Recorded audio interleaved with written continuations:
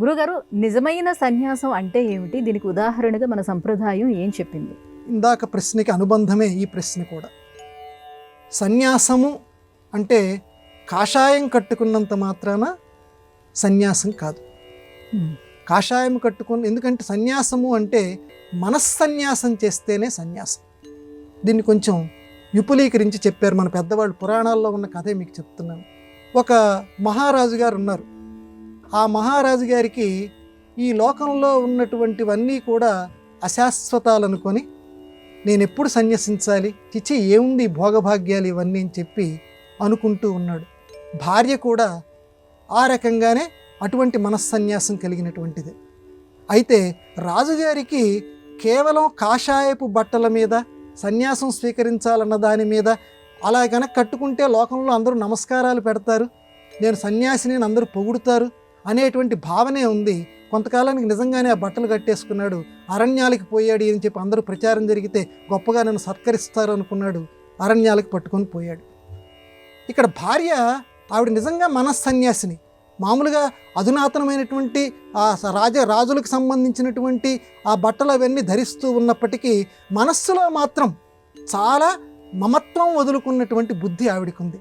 ఇలా భర్త ఆ అరణ్యాలు పట్టుకొని వెళ్ళిపోతే ఎక్కడికి వెళ్ళాడో తెలియక నానా రకాలుగా భటుల్ని వీళ్ళని పంపించి వెతికించి భర్త దగ్గరికి వెళ్ళింది. వెళ్ళిన తర్వాత మారువేషంలో వెళ్ళి ఆయనకి హితబోధ చేసింది. పురాణంలో ఉన్న కథ. స్వామి, మీకు నేను చెప్పేటంత దాన్ని కాదు, ఇది చాలా ప్రధానం మా వాక్యాల్లో. ఎప్పుడు చెప్పేది వినో అని అనకూడదు. ఎప్పుడూ కూడా ఎదుటి వాళ్ళు మనం చెప్పేది వినాలి అని అంటే మీకు చెప్పేటంత దాన్ని కాదనుకోండి, అయినా ఒకసారి నేను చెప్పేది వినండి అని ఇలా అంటే ఎదుటి వాళ్ళు కొంచెం మెత్తబడతారు మనం చెప్పేదాన్ని వినటానికి. స్వామి, మీకు చెప్పేటంత దాన్ని కాదు. సన్యాసం అంటే కాషాయ బట్టలు కట్టుకొని అరణ్యాల్లో ఆశ్రమాల్లో ఉండటం కాదండి, మనస్సన్యాసం ఉండాలి. జనక మహారాజు విదేహ నగరాన్ని పరిపాలించాడు. ఇటు రాజ్య పరిపాలన చేశాడు. కానీ ఆయన కంటే కూడా సన్యాసి ఇంకొకరెవరూ కూడా లేరు. అంత రాజ్య పరిపాలన చేసినప్పటికీ ఆ విదేహ రాజ్యం మొత్తం కాలిపోతున్నప్పటికీ నేను కాలిపోవటం లేదు కదా అన్నాడు. అంత గొప్ప మాట అనగలిగాడు జనక మహారాజు ఒక్కడే. రాజ్యం కాలిపోతున్నప్పటికీ నేను కాలిపోవటం లేదు కదా అన్నాడు. అంటే నాది కాదు అన్న భావనతోటి అధికారం సాగించిన అప్పుడు నిజమైనటువంటి సన్యాసి అంటారండి. అంతేకాని అరణ్యాల్లో ఉంటూ కూడా అబ్బా రాజభవనంలో ఉంటే బాగుండేదే, ఎందుకు వచ్చానరా అనుకుంటే అది సన్యాసం కాదండి, మీకు చెప్పేటంత దాన్ని కాదు అని భార్య చెప్తే అప్పుడు ఆయన మనస్సు కరిగిపోయి నిజమైన సన్యాసం ఉంటే అది కదా అని చెప్పి మనస్సన్యాసం అలవర్చుకోవటానికి ఆ రాజు ప్రయత్నించాడు.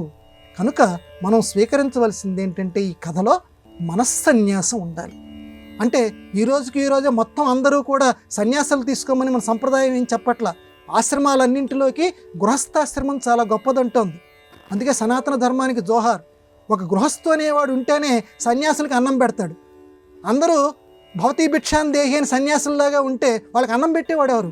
కాబట్టి గృహస్థాశ్రమం స్వీకరిస్తూనే మనస్సన్యాసం చేయమన్నారు, త్యాగబుద్ధిని అలవర్చుకోమన్నారు. అది మన భారతీయ సనాతన సంప్రదాయం. దాన్ని చక్కగా ఈ కథ మనకి ప్రబోధించింది.